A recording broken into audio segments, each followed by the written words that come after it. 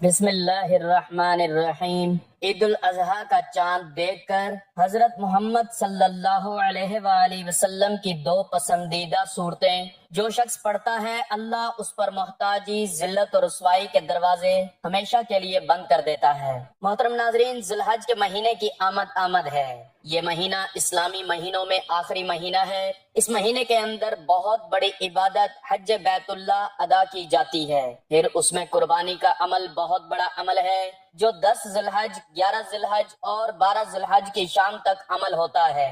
ان دنوں میں اللہ کے ہاں قربانی کا عمل سب سے محبوب عمل ہے۔ اس مہینے کا یہ مبارک چاند جب آتا ہے تو خوشیوں کی لہر مسلمانوں کے اندر پھیل جاتی ہے۔ چھوٹے بڑے، مرد عورتیں سارے خوشی کا اظہار کرتے ہیں کہ عید الاضحیٰ آ گئی۔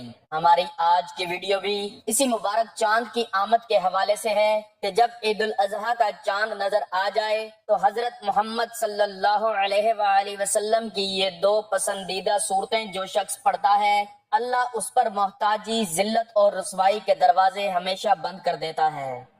تو ناظرین محترم، آپ نے بھی عید الاضحیٰ کا چاند دیکھ کر یہ دو صورتیں لازمی پڑھنی ہیں، اور ان دو صورتوں کے بارے میں جاننے کے لیے گزارش ہے کہ ویڈیو کو آخر تک لازمی دیکھیے گا، اور اس عمل کو بتائے گئے طریقے اور ترتیب کے ساتھ آپ نے لازمی کر لینا ہے، کیونکہ یہ موقع سال بعد آنا ہے۔ اگر اب یہ موقع گنوا دیا تو پھر شاید اگلے سال موقع ملے نہ ملے، تو اس لیے اپنی تقدیر کو بدلنے کے لیے، عزت، شہرت، دولت، مال، جان میں برکت کے لیے آپ نے قرآن پاک کی ان دو بہت ہی پیاری صورتوں کا یہ عمل عید الاضحیٰ کا چاند دیکھ کر کر لینا ہے۔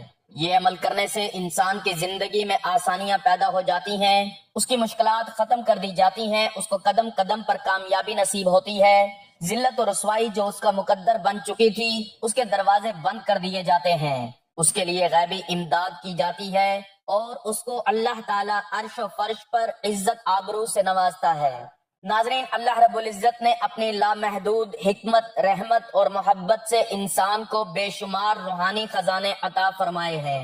ان میں سب سے اعلیٰ و ارفع خزانہ قرآن مجید ہے جو سراپا ہدایت ہے، رحمت ہے، نور ہے اور شفا ہے۔ قرآن کی ہر صورت، ہر آیت، ہر حرف میں اللہ کی معرفت، برکت اور قوت چھپی ہے۔ یہ کتاب الہی ہر زمانے، ہر قوم اور ہر انسان کے لیے کامیابی کی وہ راہ دکھاتی ہے جس پر چل کر انسان دنیا و آخرت کی کامیابیاں سمیٹ لیتا ہے۔ ایسے میں اگر ہم ان صورتوں کی بات کریں جنہیں خود رسول اللہ صلی اللہ علیہ وآلہ وسلم نے پسند فرمایا، جنہیں آپ صلی اللہ علیہ وآلہ وسلم نے اپنی زندگی میں بارہا تلاوت فرمایا، جنہیں آپ صلی اللہ علیہ وآلہ وسلم نے امت کو بطور خاص پڑھنے کی تلقین فرمائی، تو ان صورتوں کی فضیلت کئی گنا بڑھ جاتی ہے۔ انہی صورتوں میں دو ایسی عظیم صورتیں ہیں جن کا ذکر ہم آج کے وظیفے میں کریں گے، اور یہ بتائیں گے کہ ان صورتوں کو خاص طور پر عید الاضحیٰ کے چاند دیکھنے کے بعد تلاوت کرنا کس طرح ایک بندہ مومن کو محتاجی، ذلت اور رسوائی سے نجات دلا سکتا ہے۔ ناظرین، عید الاضحیٰ کی رات یعنی ذی الحج کا چاند نظر آنے کی گھڑی ایک ایسی مبارک گھڑی ہے جس میں آسمانوں پر رحمتوں کے دروازے کھول دیے جاتے ہیں، فرشتے زمین کی طرف متوجہ ہوتے ہیں، اور ہر وہ انسان جو اس مہینے میں اللہ کو یاد کرتا ہے، قربانی کا جذبہ رکھتا ہے، دعا و ذکر میں مشغول ہوتا ہے، وہ اللہ کی خاص رحمت کا مستحق قرار پاتا ہے۔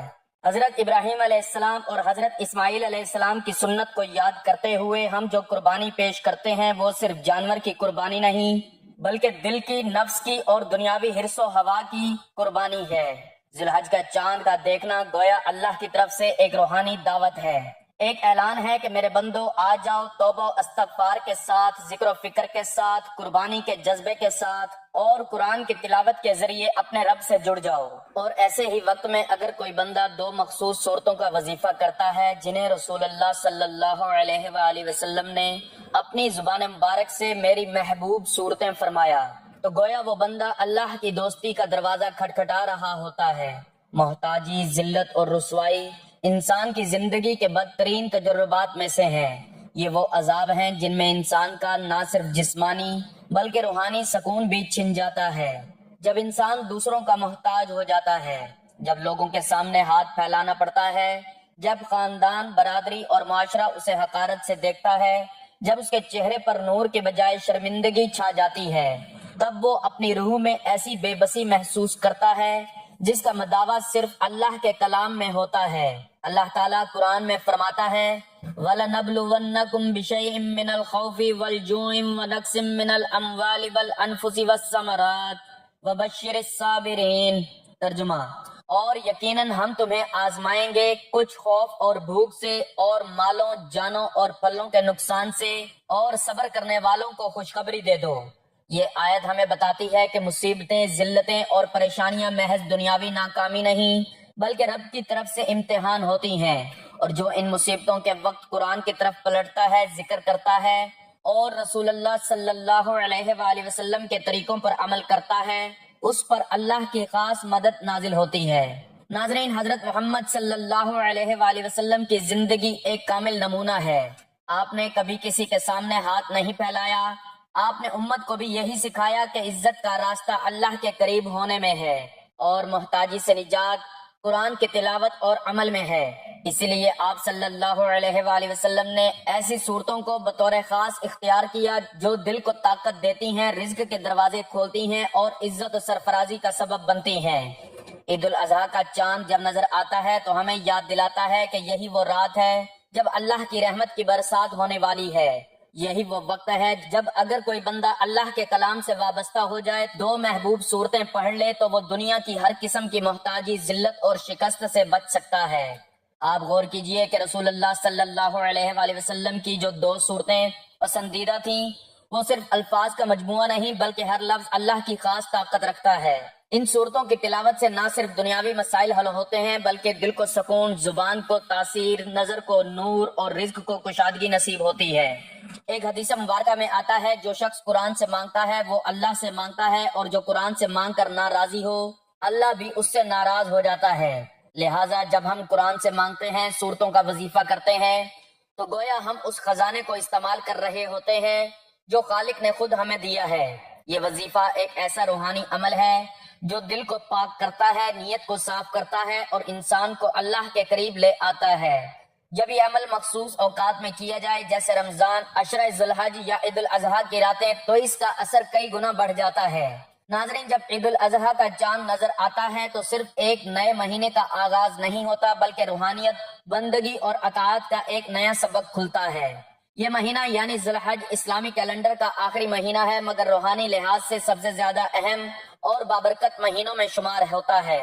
اسی ماہ میں ایک طرف فریضہ حج ادا کیا جاتا ہے جو کہ اسلام کا 5واں اور عظیم رکن ہے، تو دوسری طرف قربانی کا عمل جو حضرت ابراہیم علیہ السلام کی عظیم سنت ہے، پوری امت مسلمہ کو اپنے رب کے ساتھ وفاداری، تقوی اور خلوص کا پیغام دیتا ہے۔ ذی الحج کا چاند نظر آتے ہی دلوں میں ایک نئی روشنی، ایک نیا جذبہ اور ایک روحانی جوش و خروش پیدا ہوتا ہے۔ مسلمان ان دنوں کو نیکیوں کا خزانہ سمجھ کر عبادات میں اضافہ کرتا ہے۔ خصوصاً پہلا عشرہ یعنی ذی الحج کی ابتدائی 10 راتیں قرآن و حدیث کی روشنی میں بے پناہ فضیلت رکھتی ہیں۔ اللہ تعالیٰ نے سورۃ الفجر میں ان راتوں کی قسم کھائی ہے، والفجر ولیال عشر۔ مفسرین کے مطابق لیال عشر سے مراد ذی الحج کی پہلی 10 راتیں ہیں۔ ان راتوں میں کیے جانے والے نیک اعمال اللہ کے نزدیک زیادہ محبوب ہوتے ہیں۔ نبی کریم صلی اللہ علیہ وآلہ وسلم نے فرمایا، ذی الحج کے پہلے 10 دنوں میں کیے جانے والے اعمال اللہ کے نزدیک سب سے زیادہ محبوب ہیں۔ یہ دن ہر مومن کے لیے توبہ، رجوع، ذکر و اذکار، نماز، روزہ اور صدقہ و خیرات کے ذریعے اللہ کے قریب ہونے کا نایاب موقع ہے۔ ان ایام میں حاجی حضرات حج کی ادائیگی کے لیے مکہ مکرمہ کا رخ کرتے ہیں جبکہ باقی امت قربانی کی تیاری میں مصروف ہو جاتی ہے۔ ناظرین، ذی الحج کے چاند کے بعد عبادات کی ایک فضا قائم ہو جاتی ہے۔ جیسا کہ پہلے ذکر ہوا، یہ دن نیکیوں کے لیے سب سے عظیم ہے۔ ان میں درج ذیل اعمال زیادہ سے زیادہ انجام دیے جائیں۔ روزے، نبی کریم صلی اللہ علیہ وآلہ وسلم ان دنوں میں روزہ رکھا کرتے تھے، خاص طور پر 9 ذی الحج یعنی یوم عرفہ کا روزہ جو حاجیوں کے سوا باقی مسلمانوں کے لیے مستحب ہے۔ یوم عرفہ کا روزہ گزشتہ اور آئندہ سال کے گناہوں کا کفارہ بن جاتا ہے۔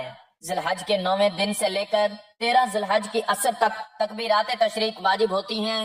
اللہ اکبر لا الہ الا اللہ واللہ اکبر وللہ الحمد۔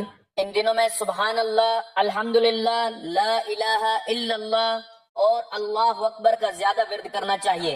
ان ایام میں نوافل ادا کرنا، درود شریف پڑھنا اور صدقات دینا نہایت افضل عمل ہے۔ ناظرین، حج اسلام کا 5واں رکن ہے اور ہر صاحب استطاعت مسلمان پر زندگی میں ایک بار فرض ہے۔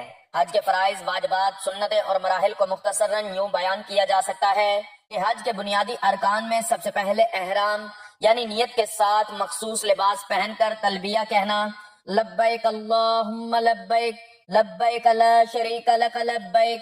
اس کے بعد وقوف عرفہ، 9 ذی الحج کو عرفات کے میدان میں وقوف کرنا حج کا سب سے اہم رکن ہے۔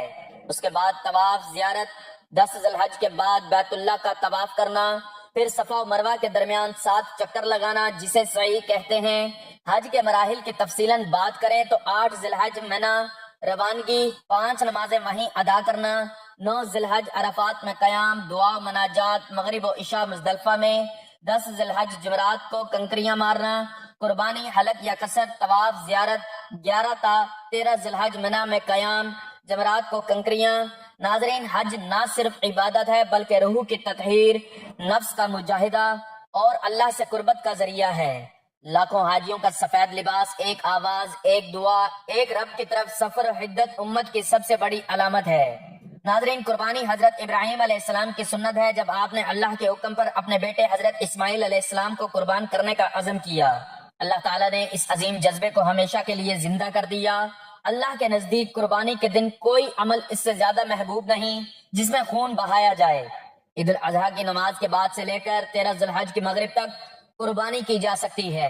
قربانی کے جانور میں اونٹ، گائے، بکری، دمبا وغیرہ جو کہ صحت مند اور مخصوص عمر کے ہوں۔ قربانی کی شرائط ہیں کہ صاحب نصاب جس پر زکوٰۃ واجب ہو پر قربانی واجب ہے، جانور میں کوئی عیب نہ ہو، نیت خالص اللہ کے لیے ہو، گوشت کے 3 حصے کیے جائیں، نمبر 1 گھر کے لیے، نمبر 2 رشتہ داروں کے لیے، نمبر 3 غربا و مساکین کے لیے۔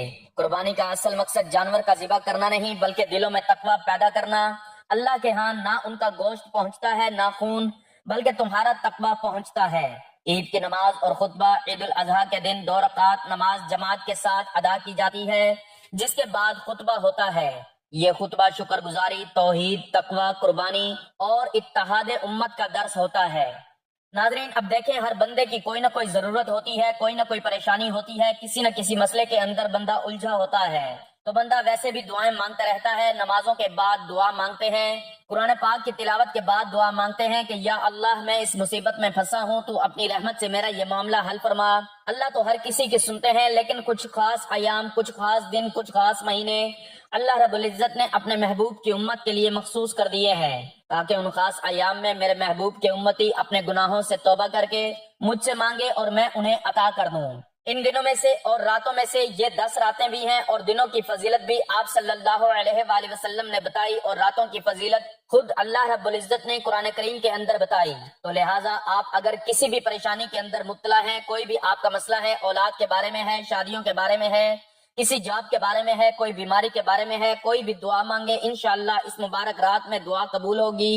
اب اس کا طریقہ یہ ہے، جیسے ہی آپ کو چاند نظر آئے یا آپ خود دیکھ نہیں سکتے، نظر نہیں آیا، لیکن عام اعلان ہو گیا کہ عید الاضحیٰ کا چاند نظر آ گیا ہے، جب پکی خبر مل جائے آپ فوراً وضو کریں، اور وضو کرنے کے بعد چاند کو دیکھتے ہوئے آپ نے سب سے پہلے حضور پاک صلی اللہ علیہ وآلہ وسلم کی ذات اقدس پر درود پاک کا نذرانہ پیش کرنا ہے۔ ایک مرتبہ ثواب کے لیے میرے ساتھ بھی درود پاک پڑھ لیں۔ اللہم صلی علی محمد وعلی آل محمد کما صلیت علی ابراہیم وعلی آل ابراہیم انک حمید مجید۔ اللہم بارک علی محمد وعلی آل محمد کما بارکت علی ابراہیم وعلی آل ابراہیم انک حمید مجید۔ درود پاک پڑھنے کے بعد آپ قرآن پاک کو کھول لیں، سورۃ رحمان ایک مرتبہ پڑھ کر دعا مانگیں۔ انشاءاللہ آپ جو بھی دعا مانگیں گے اللہ اپنی رحمت سے آپ کی دعا قبول فرمائے گا۔ اگر کسی کا مسئلہ بچیوں کی شادی کے بارے میں ہے یا بچوں کی شادی کے بارے میں ہے، کوئی یہ کہتے ہیں کہ بہت رشتے آتے ہیں لیکن پھر رابطہ ہی کوئی نہیں کرتا، یا رشتہ کوئی آتا ہی نہیں، بچیوں کی عمریں بھی کافی ہو گئی ہیں، اس معاملے میں پریشان ہیں، اس کے لیے 3 مرتبہ سورۃ الرحمن پڑھ کر دعا مانگی جائے، اللہ رب العزت نیک اور صالح رشتے بھیج دیتے ہیں۔ لیکن یہ عمل خاص طور پر یکم ذی الحج کا جب چاند نظر آئے، عام مسائل کے لیے تو آپ نے ایک ہی مرتبہ سورۃ الرحمن پڑھ کر دعا مانگنی ہے۔ اگر شادی کا مسئلہ ہے بچوں کی یا بچیوں کی، وہ بچے خود یا بچیاں خود پڑھیں، ان کی والدہ پڑھیں یا ان کا والد پڑھے، ماں باپ کی دعا بھی اولاد کے لیے بہت ہی کامیاب اور مجرب ہوتی ہے۔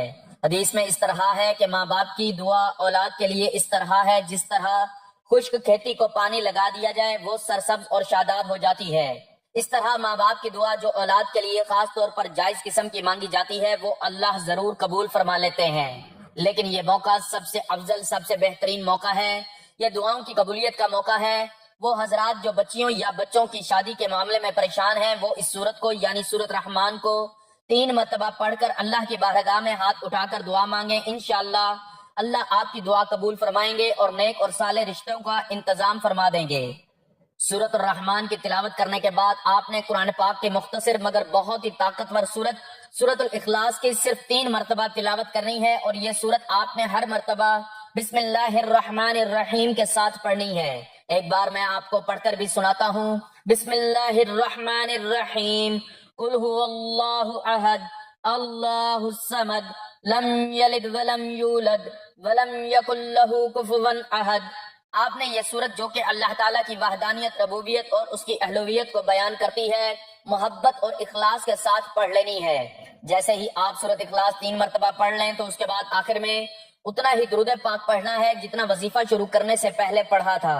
جیسے ہی یہ عمل مکمل ہو جائے تو آپ نے اللہ تعالیٰ کی بارگاہ میں رو رو کر گڑ گڑا کر اس نئے چاند کے آغاز کے ساتھ نئی زندگی کے آغاز کے لیے دعا کرنی ہے، جس میں آپ کو عزت، شہرت اور کامیابی حاصل ہو، آپ کے لیے ذلت اور رسوائی کے دروازے بند ہو جائیں، آپ کو رزق، مال و دولت میں برکتیں عطا ہوں، آپ کی دنیا جہان کے جتنے بھی خواہشات ہوں، جتنی بھی حاجات ہوں، آپ نے وہ اللہ تعالیٰ کی بارگاہ سے مانگ لینی ہے۔ انشاءاللہ اس عمل کی بدولت اللہ تعالیٰ آپ کو ہر وہ چیز عطا کریں گے جس کی آپ خواہش کریں گے۔